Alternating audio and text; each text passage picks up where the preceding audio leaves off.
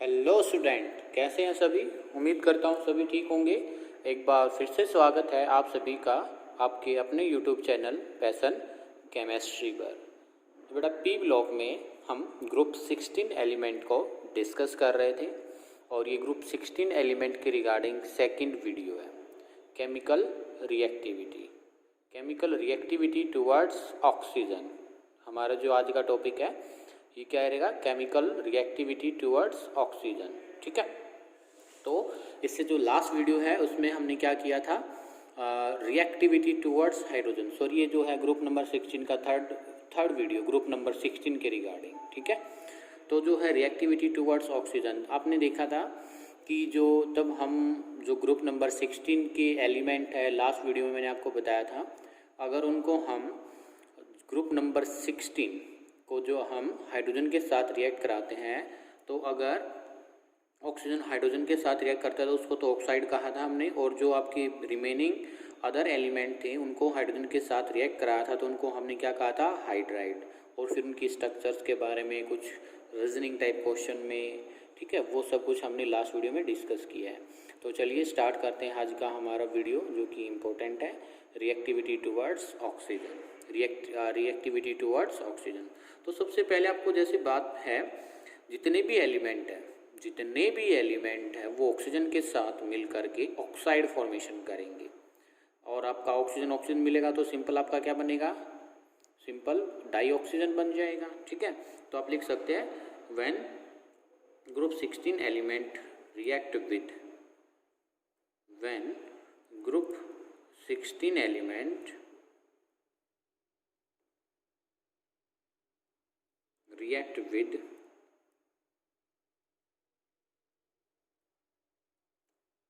oxygen, then formation of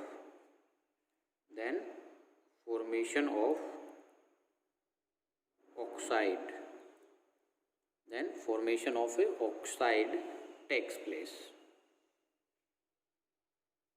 Is that clear? और जैसे physical properties में आपको पता है, रिमेंबर दैट पॉइंट, स्टार लगा करके आप लिख भी सकते हैं इस वाले पॉइंट को, कि तब हम ऊपर से नीचे की तरफ मूव करते हैं। आपको पता है जो आपके ग्रुप नंबर 16 एलिमेंट है, उनकी जो ऑक्सीडेशन स्टेट शो करने की जो आप कह सकते हैं पावर, वो क्या है? देखिए, जो 2, 4, 6 ये वेरिएबल ऑक्सीडेशन स्टेट दिखाता है, +2, +4, +6 दैट क्लियर। तब हम ऊपर से यानी कि एक्सेप्ट ऑक्सीजन +4 और +6 और नहीं दिखाएगा, ये +4 और +6 ऑक्सीडेशन स्टेट ऑक्सीजन नहीं दिखाता है। ठीक है, रिमेंबर, जैसे हम ऊपर से नीचे मूव किए, ऑक्सीजन है, सल्फर है, सिलेनियम है, टोल्यूरियम है, पोलोनियम है, तब हम ऊपर से नीचे मूव किए तो आपको पता है हायर ऑक्सीडेशन स्टेट दिखाने की जो हायर ऑक्सीडेशन स्टेट है, हायर ऑक्सीडेशन स्टेट स्टेबिलिटी क्या हो जाती है? डिक्रीज हो जाती है। और ये सिर्फ +2 ही दिखा सकता है या -2 ही दिखा सकता है, ये मैं आपको पीछे बता चुका हूँ। सिर्फ जो हम बात कर रहे हैं वो सल्फर से लेके सिलेनियम, टोल्यूरियम, पोलोनियम की बात कर रहे हैं। Is that clear? ठीक है, ऐसा क्यों होता है? Due to inert pair effect, जो अंदर वाले इलेक्ट्रॉन है वो बॉन्डिंग में पार्टिसिपेट नहीं करते हैं। तो काफ़ी बार आपसे ये भी पूछ लिया जाता है कि PO, आप इस जो जैसे मैंने नाइट्रोजन वाली फैमिली में क्वेश्चन कराया था, which of the following is a good reducing element. ठीक है, ऊपर से नीचे आते टाइम आपका मेटालिक करेक्टर इंक्रीज होता है, रिड्यूसिंग करेक्टर या रिड्यूसिंग एजेंट कौन बिहेव करेगा सबसे अच्छा? रिड्यूसिंग एजेंट अगर आपका कुछ ऐसे है कि कोई भी आपका जैसे पोलोनियम है, ये +6 ऑक्सीडेशन स्टेट में कहीं भी अगर कोई मॉलिक्यूल्स बनाए हुए हैं +6 में, +4 में, जल्दी से किस में कन्वर्ट हो जाएगा? +2 में कन्वर्ट हो जाएगा। किस में कन्वर्ट हो जाएगा? +2 में। मतलब कि अगर +4 से ये +2 में जाए या +6 से +2 में जाए, तो यहाँ पर इन्होंने क्या करना होगा? +2 इलेक्ट्रॉन्स गेन। इधर क्या करना होगा? +4 electrons gain, +2 electrons gain. Clear है। तो जो इलेक्ट्रॉन्स को गेन करता है उसको हम क्या कहते हैं, उसका क्या होता है, रिडक्शन।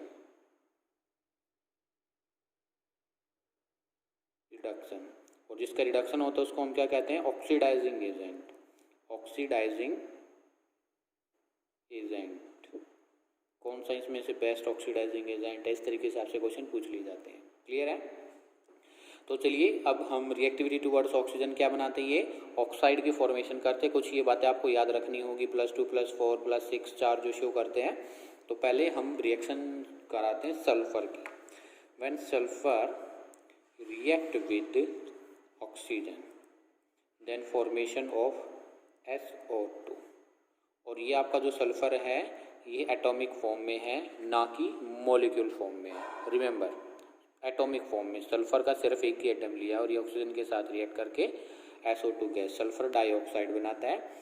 और अगर हम सल्फर को ऑक्सीजन के साथ रिएक्ट कराएं तो ये SO3 की फॉर्मेशन भी कर सकता है। और रिएक्शन को हम बैलेंस करने की कोशिश करें तो 3/2O2, इसको हम क्या कहेंगे, सल्फर ट्राइऑक्साइड।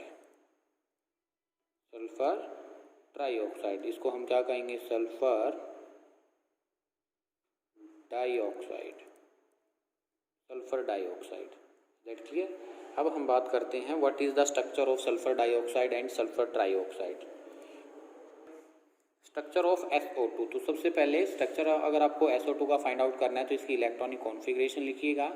आपको पता है इलेक्ट्रॉनिक कॉन्फ़िगरेशन कुछ ऐसे होगी, 1s2 2s2 2p6 3s2 and 3p4। और ये आपका क्या है, आउटर मोस्ट सब सेल। और 3d भी होता है इसमें, 3d में 0 इलेक्ट्रॉन्स होता है। आउटर 3 वाली जो सेल होती है उसमें 3s 3p और 3d ये वाली सब सेल प्रेजेंट होती है। फिर बात करते हैं ऑक्सीजन की। ऑक्सीजन का atomic number 8, electronic configuration like 1s2 2s2 and 2p4। अब अगर इनको हम ऑर्बिटल्स में रिप्रेजेंट करें तो ये इसके ऑर्बिटल हैं इस तरीके से।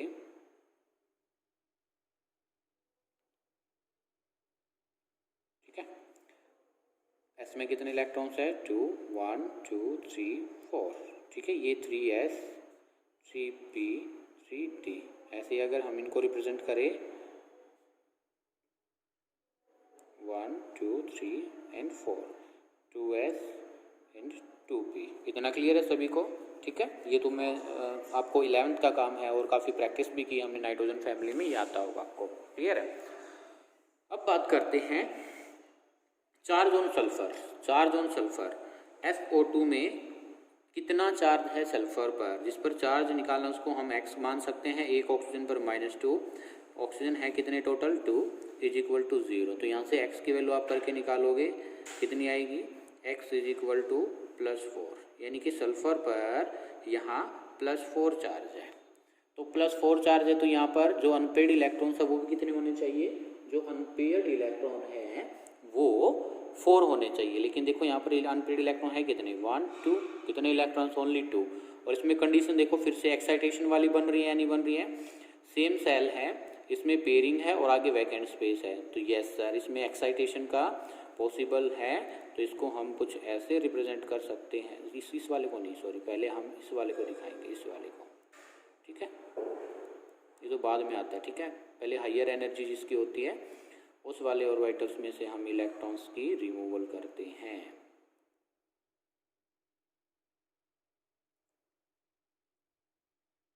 ठीक है, इसमें कितने इलेक्ट्रॉन्स, 1 2 3 एंड 4। नाउ 1 2 3 4, 1 2 3 4, इसमें 4 इलेक्ट्रॉन्स सिंगल हैं तो ये 4 बॉन्ड बना सकता है, 4 बॉन्ड सल्फर बना सकता है। Is that clear. और देखो 4 बॉन्ड बनाने के बाद इसके पास क्या रह रहा है, लोन पेयर। और ऑक्सीजन देखो कितने बॉन्ड बनाएगा, ऑक्सीजन कितने बॉन्ड बनाएगा, 2। कितने बॉन्ड बनाएगा, 2। तो ये रहा सल्फर, ऑक्सीजन जो बॉन्ड बनाएगा। और इसकी अगर हम हाइब्रिडाइजेशन की बात करें, हाइब्रिडाइजेशन की बात करें किसमें, SO2 में। हाइब्रिडाइजेशन कैसे निकालते हो आप, यहाँ साइड में निकाल के दिखा रहा हूँ। What is the hybridisation of SO2, what is the hybridisation of sulphur in SO2। Hybridisation क्या होगी SO2 में, तो देखिए half number of valence electrons plus monovalent element minus cation plus anion, ये फॉर्मूला होता है। तो हाफ वैलेंस इलेक्ट्रॉन्स कितने थे इसमें बोलिएगा, valence electron 4 to 6। Oxygen monovalent है डाईवैलेंट, एक ऑक्सीजन 2 बॉन्ड बनाता है तो डाईवैलेंट, कुछ भी नहीं है तो 6 + 0 - 0 + 0, तो ये सब कुछ 0 है तो 1/2 × 6 3, यानी कि आपकी जो वैल्यू आई है हाइब्रिडाइजेशन, यानी कि जो x की वैल्यू आई वो 3 आई है। और 3 के लिए आप क्या यूज़ करते हो, एक s और 2, एक तो s और क्या यूज़ करेंगे आप, एक s 2 p, sp2, क्या आएगी sp2, that clear, sp2, yes और नो बोलिए। sp2 आई है, ठीक है। हाइब्रिडाइजेशन भी पूछ लेते हैं आपसे, और इसमें इस तरीके से आपका बॉन्ड बनेगा, ठीक है। एक 4 बॉन्ड बनाने के बाद सल्फर के पास क्या है यहाँ पर लोन पेयर, तो ये लोन पेयर भी आप इस तरीके से रिप्रेजेंट कर सकते हैं, इस तरीके से आप रिप्रेजेंट कर सकते हैं। इसको हम कहते हैं बैंड शेप, बैंड या वी शेप। अब इसमें काफ़ी बार एक क्वेश्चन और भी आपसे पूछ लिया जाता है, वो क्या, देखो ये क्या है 3s ऑर्बिटल, ये 3p, ये 3p, ये 3p और ये 3d।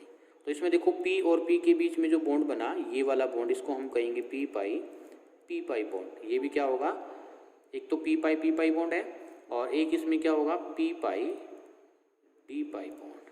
देखिएगा कैसे है, एक तो इसमें क्या है, ये P और D की मिक्सिंग से क्या बनेगा P पाई D पाई बॉन्ड। देखो 2 पाई बॉन्ड है ना, एक तो ये रहा एक ये रहा, 2 सिग्मा बॉन्ड है, सिग्मा बॉन्ड, और 2 क्या इसमें पाई, तो आप इसको कह सकते हैं P पाई बॉन्ड। क्या कह सकते हैं, P pi bond, that clear, yes और नो। ये क्या है P pi bond and D pi bond. आप यहाँ भी प्रेजेंट कर सकते हैं 3P पाई और 3D पाई, ओके, यहाँ भी 3p पाई, इस तरीके से आप इसमें फॉर्मेशन दिखा सकते हैं। sp2 हाइब्रिडाइज होगा ये। फिर इसके बाद structure of try oxide, structure of A try oxide.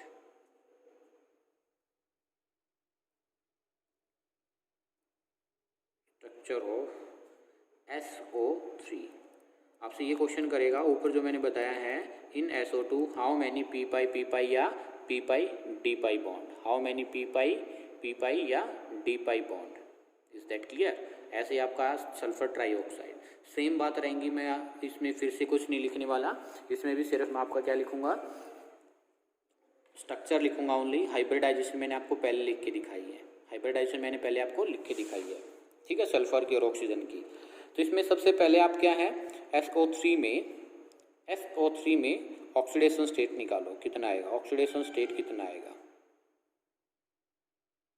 आप कहोगे कि सर ऑक्सीडेशन स्टेट, तो इसमें कितना आ गया +6, कितना आ गया +6।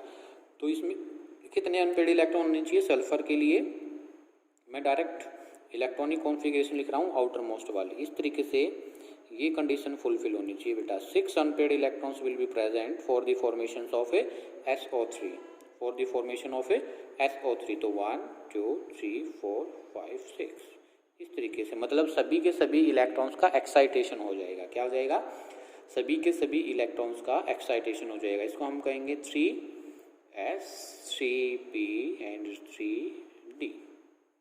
देख क्लियर, कितने बॉन्ड बनाएगा, बोलो कितने बॉन्ड बनाएगा, ये 6 बॉन्ड बनाएगा। ऑक्सीजन कितने हैं 3, तो ये रहा 1 2 3। अगर हम इसमें फिर से वही क्या इसकी हाइब्रिडाइजेशन की बात करें, तो जैसे मैंने पीछे हाइब्रिडाइजेशन निकाला है, ऐसे आप इसमें निकाल के देखेंगे sp2। और जो ये स्ट्रक्चर है इसको हम कहते हैं ट्राइएंगुलर प्लेनर। क्या कहते हैं इसको, ट्राइएंगुलर प्लेनर। और इसमें जो ये एंगल है ये वाले, ये कितने होते हैं 120, कितने होते हैं 120 डिग्री के एंगल होते हैं। That clear.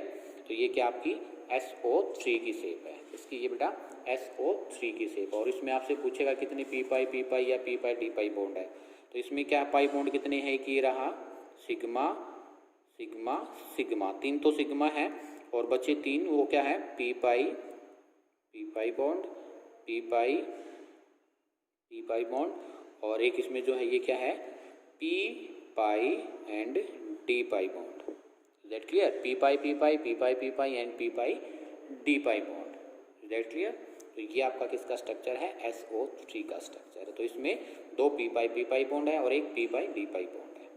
अब इसमें क्वेश्चन आपसे काफ़ी बार पूछा गया है ये, why sulphur dioxide act as a reducing agent, why SO2 sulfur dioxide act as a reducing agent, reducing agent की तरह काम कैसे करता है। सबसे पहले तो आपको ये कंफर्म होना चाहिए what is the reducing agent. Reducing agent बेटा वो होता है जो दूसरे को इलेक्ट्रॉन दे बट खुद का क्या कराए, ऑक्सीडेशन कराए, खुद का क्या हो, ऑक्सीडेशन। देखो सल्फर डाइऑक्साइड SO2 है, इसमें मैंने पीछे आपको क्या बताया, चार्ज कितना होगा +4, क्या होगा +4। इसमें ये तब कन्वर्ट होता है SO3 में, कितना SO3 में कन्वर्ट होता है, तो यहाँ पर चार्ज कितना है +6, तो यहाँ से सल्फर पर प्लस चार्ज, यहाँ पर +6, मतलब क्या किया, सल्फर ने लॉस किए कितने इलेक्ट्रॉन्स, 2 इलेक्ट्रॉन्स। कितने इलेक्ट्रॉन्स का लॉस किया, 2 इलेक्ट्रॉन्स। और लॉस ऑफ इलेक्ट्रॉन्स को हम क्या कहते हैं, ऑक्सीडेशन। क्या कहते हैं, ऑक्सीडेशन। और जिसका ऑक्सीडेशन होता है उसी को हम क्या कहते हैं, वो किसकी तरह बिहेव करेगा, रिड्यूसिंग एजेंट की तरह बिहेव करेगा। जिसका ऑक्सीडेशन होता है वो कैसे बिहेव करेगा, रिड्यूसिंग एजेंट की तरह बिहेव करेगा। Is that clear? तो आप क्या कहते हैं, oxidation number of sulphur is increases therefore it undergoes oxidation. क्या है, due to increasing in oxidation state of sulfur +2, that is +4 to +6. So sulfur act as a sulfur dioxide act as a reducing agent। इसकी तरह behave करेगा, reducing agent. ठीक है, इसके बाद है कुछ प्रॉपर्टीज जो ऑक्साइड बनाए हमने सल्फर के, या जो ऑक्साइड बनेंगे किसके, ग्रुप नंबर 16 के, इनकी कुछ प्रॉपर्टीज हैं। वो क्या है, एसिड बेस्ड कैरेक्टर। सबसे पहले क्या है, acid based character of oxide. Oxide के एसिड बेस्ड कैरेक्टर के बारे में बात करते हैं, और डाई ऑक्साइड का ही जर्नल हम बात करेंगे। SO2 SeO2 TeO2 and PoO2। ठीक है, पोलोनियम डाइऑक्साइड। तो जैसे मैंने आपको बताया था, आपको 10th क्लास या 9th क्लास में आप सीखते हो, वो क्या, कि जो नॉन मेटल के ऑक्साइड होते हैं, जो नॉन मेटल के ऑक्साइड होते हैं बेटा जी, वो एसिडिक इन कैरेक्टर्स होते हैं। और आपको पता है कि तब हम ऊपर से नीचे की तरफ मूव किए हैं, फिजिकल प्रॉपर्टीज में मैंने आपको बताया था कि आपका मेटेलिक कैरेक्टर इंक्रीज होता है। क्या होता है, मेटेलिक कैरेक्टर इंक्रीज होता है। ठीक है, आप लिख सकते हो, on moving down the group, on moving down the group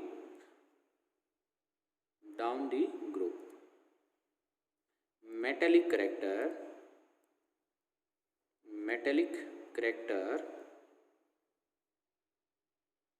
will be increases,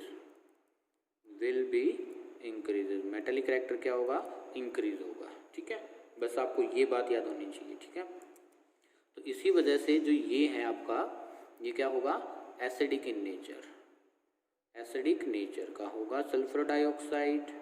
okay, और आप कह सकते हो जो टर्मियम जो ये है, ये ऑक्साइड कैसा होगा, मेटेलॉइड। कैसा होगा, मेटेलॉइड। एसिड की तरह भी काम करेगा और बेस की तरह भी काम करेगा, लेकिन जो पोलोनियम का ऑक्साइड है ये कैसा होगा, बेसिक ऑक्साइड। That clear? और ये दोनों जो होंगे ये कैसे होंगे, एसिडिक कैरेक्टर्स। कैसे होंगे ये, एसिडिक कैरेक्टर। आप लिख सकते हैं, on moving down the group metallic character increases, therefore SO2 act as acids where PoO2 act as a base and in between act as amphoteric, यह बात लिख सकते हैं। सेकेंड प्रॉपर्टीज क्या है, रिड्यूसिंग और ऑक्सीडाइजिंग प्रॉपर्टीज।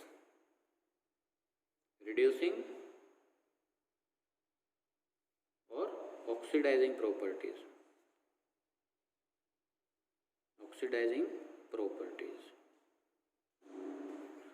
रिड्यूसिंग एजेंट अलग बात होती है बेटा, और रिड्यूसिंग जो करैक्टर है वो एक अलग बात होती है, ठीक है।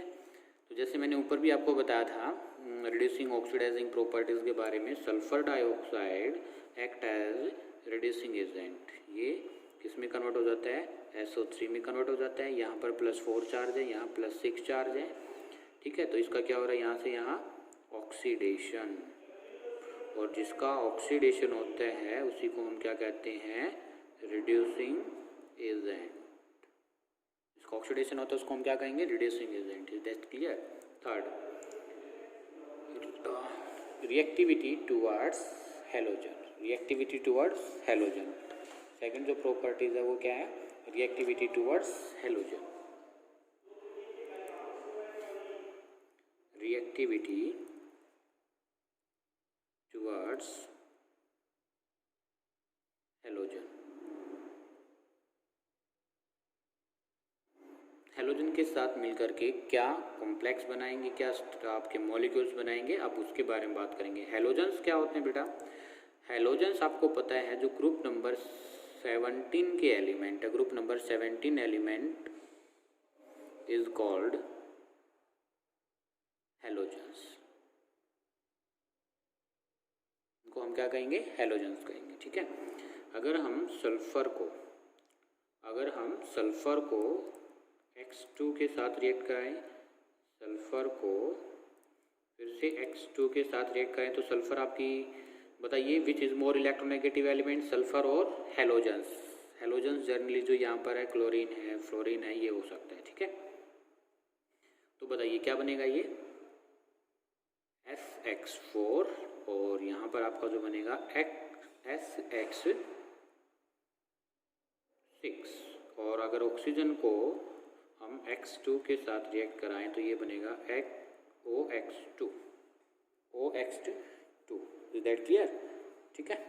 तो ये कुछ आप लिख सकते हैं, जैसे टर्मियम के लिए भी आपका क्या बन जाएगा, TeX4 बन सकता है। POO2 की अगर हम इसके साथ रिएक्ट कराएं, पोलिनियम को अगर X2 के साथ रिएक्ट कराएं तो आपका जो स्टेबल कॉम्प्लेक्स बनेगा वो बनेगा POX2। सिर्फ यही बनेगा, क्यों, क्योंकि आपको पता है इन पर +2 ऑक्सीडेशन स्टेट, -2 ऑक्सीडेशन स्टेट, और ये +2 या -2 किस पर डिपेंड करेगा कि कौन सा हैलोजन है। X जो है जनरली ये क्या हो सकता है, अगर फ्लोरीन होगा तो जो ग्रुप नंबर 16 के एलिमेंट है सभी के सभी पॉजिटिव चार्ज शो करेंगे, क्लोरीन होगा तो भी पॉजिटिव शो चार्ज करेंगे, ब्रोमीन होगा Br तो भी आपका हो सकता है कि ये कैसा चार्ज शो करे, पॉजिटिव, लेकिन जो आयोडीन है इसके केस में ये सल्फर कैसा चार्ज शो करेगा, नेगेटिव। कैसा शो करेगा, नेगेटिव।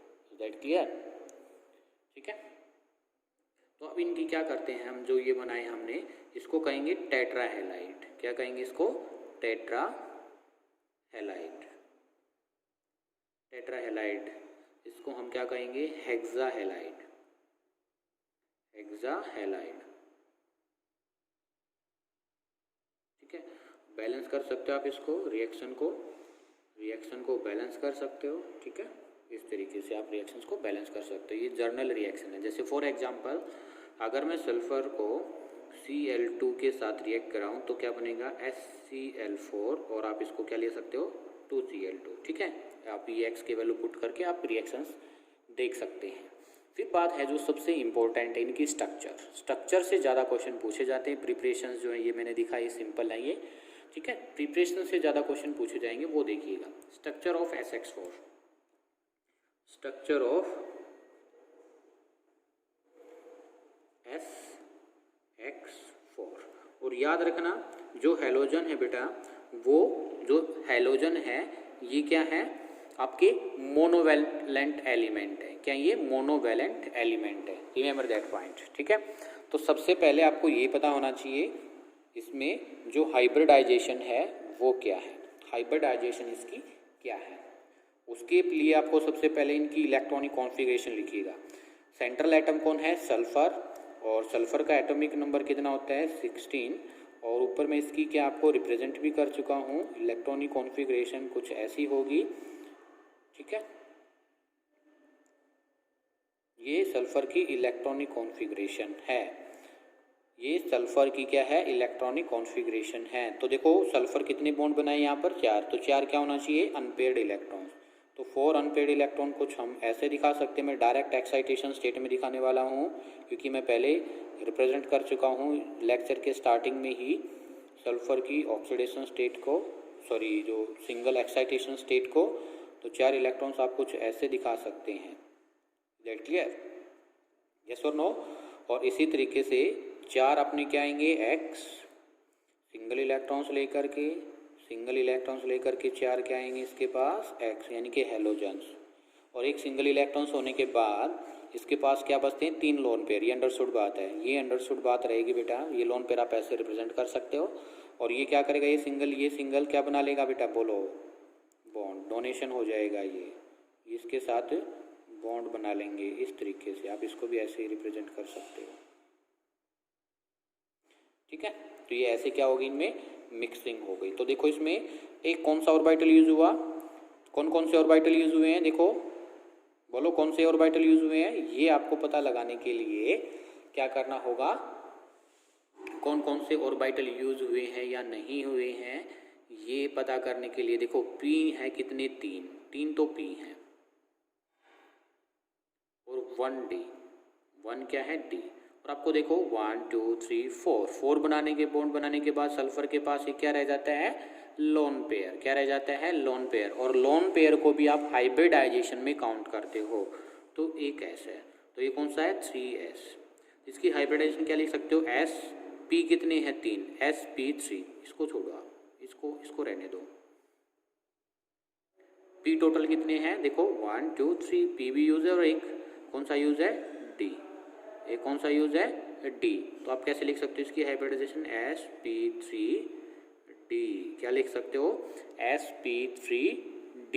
ये इसकी क्या हो जाएगी, हाइब्रिडाइजेशन। और भी एक रूल है, मैं आपको बताना, जैसे फॉर्मूले के रिगार्डिंग भी आप, मैं ऊपर जो दिखा रहा हूँ वैसे ही दिखा सकते हो आप। x is equal to 1/2 valence electrons plus monovalent element minus cation plus anion, ये फॉर्मूला है। तो x is equal to 1/2 sulphur की जो आउटर मोस्ट सेल उसमें 4 + 2 6 इलेक्ट्रॉन है, प्लस और मोनोवैलेंट स्पीसीज कितनी लगी हैं, 4। मोनोवैलेंट एलिमेंट या स्पीसीज कितने हैं, 4। माइनस कोई कैटायन है नहीं तो 0 रख दीजिए, कोई एनायन है नहीं तो 0 रख दीजिए। Is that clear. तो इसको सोल्व करोगे तो आपको पता है x की वैल्यू कितनी आएगी, 1/2 इंटू 10, यहाँ से कैंसिल आउट हुआ तो x की वैल्यू आई 5। x की वैल्यू आई कितनी, 5। इज दैट क्लियर, यस और नो। तो 5 आपके पास वैल्यू आ गई, तो इसकी हाइब्रिडाइजेशन क्या होगी, sp3d। क्या हो जाएगी, एक 5 के लिए अगर आपके पास x की वैल्यू 5 आए तो उसके लिए आप क्या करते हो, एक s 3p और 1d। तो इसको हम कहते हैं sp3d को क्या कहेंगे, ट्राइगोनल क्या कहेंगे आप इसको, TBP, ट्राइगोनल बाईपैरामिडल। जो इसकी ज्योमेट्री होगी, याद रखना, जो ज्योमेट्री होगी sp3d में वो TBP होगी। क्या होगी, TBP, trigonal bipyramidal geometry. Remember that point, I am talking about geometry, not about shape. अब शेप देखिएगा, ज्योमेट्री में याद रखना, जो ज्योमेट्री होती है उसमें, ज्योमेट्री में जो होता है, ज्योमेट्री में आपका क्या है, lone pair plus bond pair electrons are include, ये याद रखेंगे आप। क्लियर है। In geometry lone pair and bond pair electrons are include, but in shape only only bond pair electrons are include, bond pair electrons ही क्या होंगे, include होंगे। Is that clear? देखिए सेंट्रल एटम क्या था, बोलिए बेटा, सेंट्रल एटम था सल्फर। सेंट्रल एटम क्या था, सल्फर। और सल्फर ने कितने बॉन्ड बनाए थे, 4, 1 2 3 4। आपकी जो टीबीपी शेप कुछ ऐसी होती है ना, 1 2 3 4 5, यस और नो। इसी को आप क्या कहते हो, ट्राइगोनल। ट्राइगोनल, देखो ये क्या बना आपका, ट्राइगोनल बनाना है, ट्राइगोनल, ठीक है। एक आपके ट्राइगोन जो आपकी त्रिभुज बन रही है, और बाई पैरामिड, एक पैरामिड ये रहा और एक पैरामिड ये रहा। और आपने 11वीं क्लास में सीखा होगा कि जो ये जो बॉन्ड होते हैं, ये वाले, ये जो मैं बॉन्ड डार्क कर रहा हूँ, इनको हम एक्सियल बॉन्ड कहते हैं। कौन से बॉन्ड कहते हैं, बोलिए, एक्सियल बॉन्ड कहेंगे इनको। और एक्सियल बॉन्ड जो है वो लार्जर बॉन्ड होते हैं देन, और जो ये बॉन्ड आपके ये वाले, ये जो सिंपल है, इनको हम कहेंगे इक्वेटोरियल बॉन्ड। ये वाले बॉन्ड जो है equatorial bond. Is that clear? ये क्या है, इक्वेटोरियल बॉन्ड। तो इस सिंपल आपकी टीबीपी शेप कुछ ऐसी होती है बेटा। ये बॉन्ड मैं एक्चुअली में दिखा भी रहा हूँ, कुछ लार्ज बॉन्ड। तो टीबीपी बॉन्ड ये है। और ये आप 11वीं क्लास में सीख चुके हैं कि मोर इलेक्ट्रोनेगेटिव एलिमेंट या lone pair electrons are present at equatorial positions. कौन सी पोजीशंस पर होंगे, लोन पेयर या जो मोस्ट इलेक्ट्रोनेगेटिव एलिमेंट है। रिमेंबर बेटा, ये काफ़ी बार क्वेश्चन कॉम्पिटिटिव में पूछा जाता है आपसे कि जो मोर इलेक्ट्रोनेगेटिव एलिमेंट इन टीबीपी, उसकी पोजीशन कहाँ होगी, एट एक्सियल, एट इक्वेटोरियल। तो कहाँ होगी, आप याद रखना, जो लोन पेयर या जो मोस्ट इलेक्ट्रोनेगेटिव एलिमेंट है, उसकी जो पोजीशन वो इक्वेटोरियल पर रहेगी। तो आप उसको कुछ ऐसे रिप्रेजेंट कर सकते हो, ये रहा लोन पेयर। ये बॉन्ड की बजाय अब मैंने क्या दिखा दिया, लोन पेयर। और यहाँ पर फ्लोरीन कितने बचे, 1 2 3 4, यस और नो। तो जो ये स्ट्रक्चर है, ये जो शेप है, अगर 4 ऐसे बॉन्ड पेयर आपको दिखाई दे, एक लोन पेयर दिखाई दे, इसको हम कहते हैं सीसा। क्या कहेंगे हम इसको, सीसा स्ट्रक्चर, ठीक है, सीसा। अगर हम शेप की बात करें या स्ट्रक्चर की बात करें तो कैसी है, सीसा। और ज्योमेट्री की बात करें तो trigonal by pyramidal, trigonal by pyramidal. Is that clear? लिख लीजिए आप ये बात। इसको हम क्या कहेंगे, सीसा, सीसा शेप।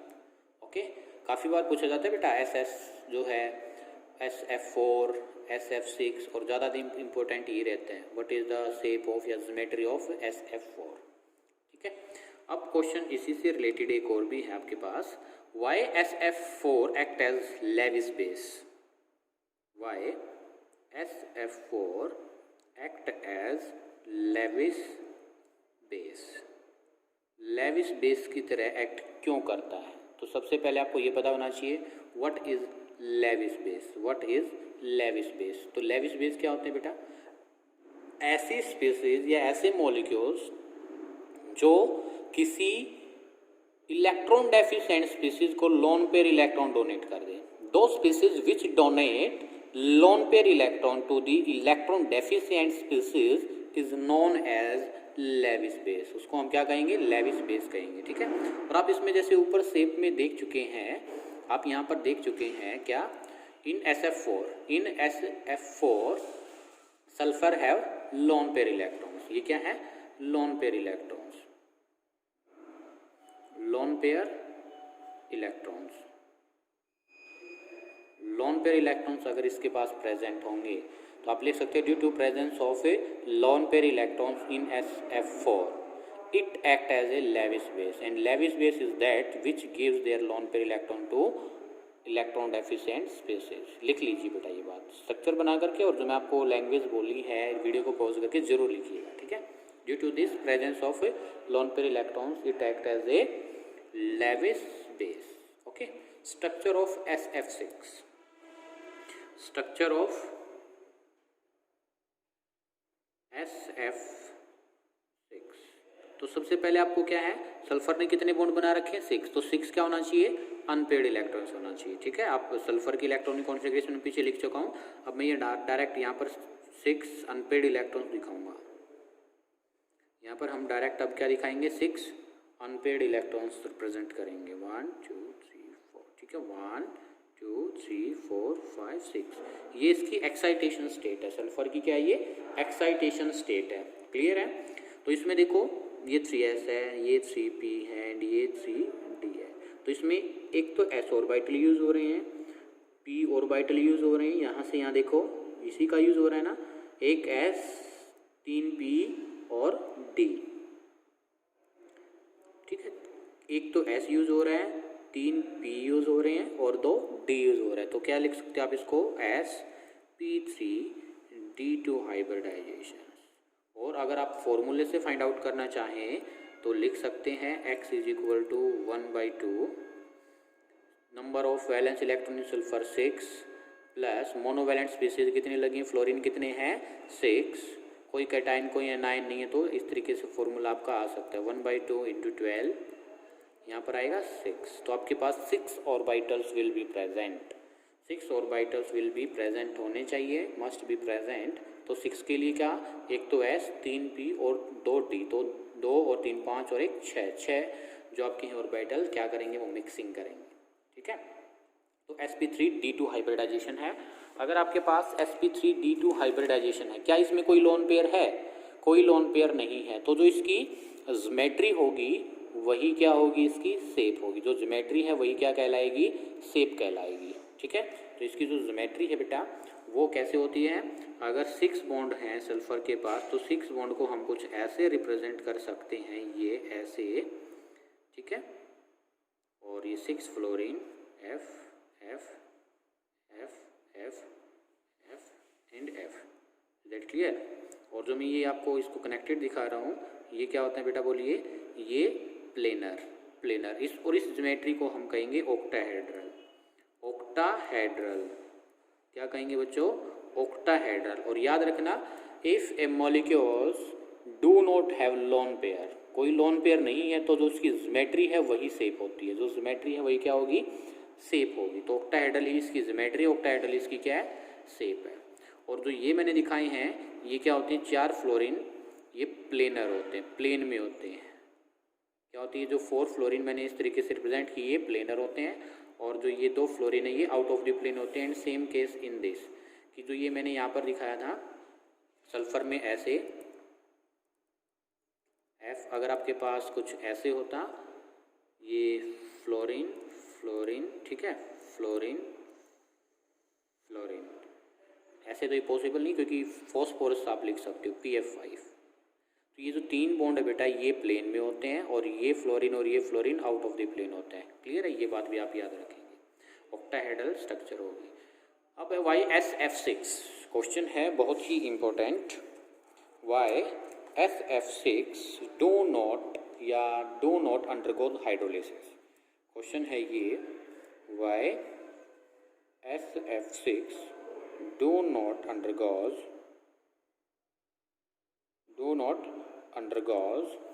हाइड्रोलिसिस, हाइड्रोलिसिस शो नहीं करता है ये। बट SF4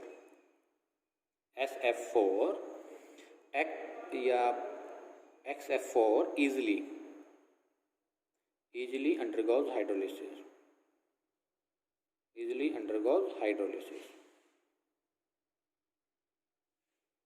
अगर आपको कुछ ऐसे हाइड्रोलिसिस से रिलेटेड कोई क्वेश्चन आपसे पूछा जाता है कि वो हाइड्रोलिसिस शो करता है वो नहीं करता है, तो सबसे पहले एक मेन बात इस पर डिपेंड करती है, वो रहती है स्टेरिक हिंड्रेंस। क्या रहता है, स्टेरिक हिंड्रेंस। देखो आप देख पा रहे हो, आपको मैं देखो ये SF4 भी दिखा रहा हूँ। SF4 में देखो ये आपका जो स्पेस आपको दिखाई दे रहा है ये वाला आपका पूरा का पूरा वैकेंट है। क्या यहाँ पर कोई स्टेरिक हिंड्रेंस है, नहीं। लेकिन यहाँ पर देखो ये चारों तरफ से क्या है, घिरा हुआ है सल्फर चारों तरफ से क्या है, सराउंडेड बाय फ्लोरीन एटम। इसमें स्टेरिक हिंड्रेंस होता है। तो आप इसका आंसर लिख सकते हो, इसका आंसर क्या लिख सकते हो, in SF6 sulphur is surrounded by 6 fluorine. लिखो जल्दी से, in SF6 sulphur is surrounded by 6 fluorine, 6F atom, ठीक है। So steric hindrance is more, so steric hindrance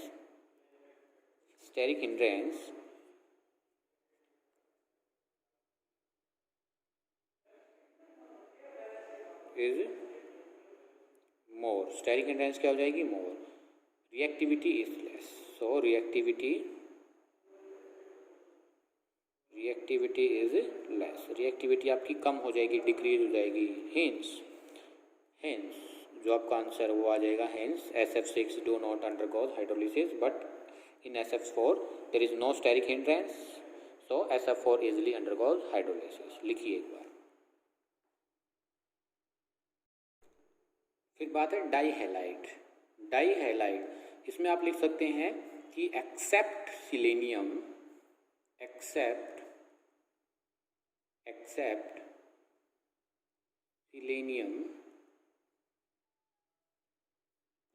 selenium all element of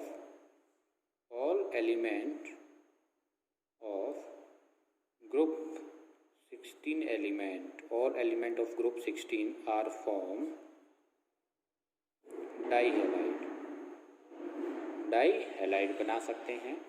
और उनकी जो शेप होगी देखेंगे आप, जैसे सल्फर SCl2 है तो ये सल्फर 2 बॉन्ड बनाता है और 2 क्या रखता है, लोन पेयर, और इस तरीके से उसकी शेप आ जाएगी। ठीक है, आप देखिएगा सल्फर की जो ग्राउंड स्टेट है उसमें 2 सिंगल इलेक्ट्रॉन्स मिलेंगे आपको और 2 क्या मिलेंगे, ऐसे लोन पेयर, और इसको हम बैंड शेप कहते हैं। क्या कहते हैं, bent shape. That clear. Monohalide, all monohalides are dimeric in natures. Monohalides, तो all monohalides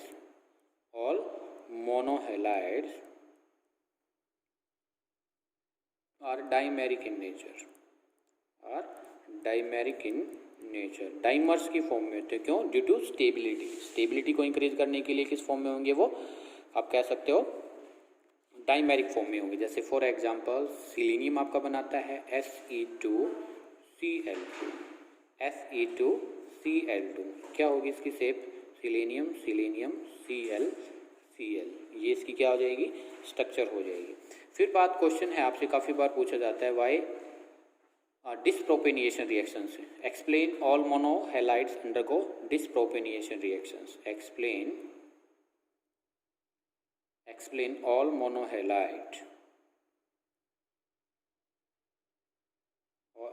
monohalides undergoes dispropanation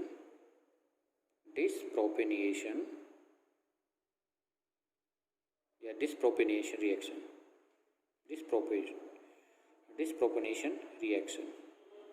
देखो डिसप्रोपेनिएशन रिएक्शन क्या होती है। डिसप्रोपेनिएशन रिएक्शन वो रिएक्शन होती है जिसमें एक ही एलिमेंट का ऑक्सीडेशन हो और एक ही का क्या हो, रिडक्शन हो। जैसे फॉर एग्जांपल Se2Cl2, इसको हमने क्या किया, रिएक्ट कराया तो एक कॉम्प्लेक्स की फॉर्मेशन हुई SeCl4 + Se, और इसके 2 मॉलिक्यूल्स लिए। अगर हम यहाँ पर देखते हैं सिलीनियम पर कितना चार्ज है, यहाँ पर आप देखेंगे तो +1, कितना चार्ज है, +1, और यहाँ पर देखेंगे तो एक क्लोरीन पर -1 होता है, 4 क्लोरीन है तो 4- और सिलीनियम पर कितना आ जाएगा, +4, और यहाँ पर कितना चार्ज है, एलिमेंटल स्टेट में है 0। तो ये रिएक्शन को आप इस तरीके से बैलेंसिंग वे में लिख सकते हैं। तो इसमें देखो यहाँ +1 से +4 गया, ये +1 से +4 अगर गया तो इसका क्या हुआ, ऑक्सीडेशन। अगर ऑक्सीडेशन स्टेट इंक्रीज होती है तो उसको हम ऑक्सीडेशन कहते हैं, लेकिन यहाँ +1 से कहाँ गया, 0, तो इसने गेन किया इलेक्ट्रॉन्स को, यानी कि अपनी ऑक्सीडेशन स्टेट को डिक्रीज करता है, तो उसको हम क्या कहेंगे, रिडक्शन। क्या कहेंगे, रिडक्शन। तो इसमें एक ही एलिमेंट है जो कि सिलीनियम है, वही ऑक्सीडेशन शो कर रहा है और वही क्या कर रहा है, रिडक्शन शो कर रहा है। तो इस तरीके से क्या है, जो मोनोहैलाइड्स हैं वो डिसप्रोपेनिएशन रिएक्शन शो करते हैं, ठीक है। तो ये केमिकल प्रॉपर्टीज थी किसकी, जो आपके ग्रुप 16 एलिमेंट की। उम्मीद करता हूँ आपको पसंद आई होंगी या आपको वीडियो अच्छा लगा होगा, ठीक है। अगर आपको वीडियो अच्छा लगा है, समझ आए, तो प्लीज़ वीडियो को लाइक कीजिए, शेयर कीजिए और कमेंट बॉक्स में एक अच्छा सा कमेंट लीव कीजिएगा। If any doubt then mention also in comment box. और आप मेरे चैनल पर नए हैं तो प्लीज़ जाते टाइम चैनल को सब्सक्राइब ज़रूर करें। Thank you.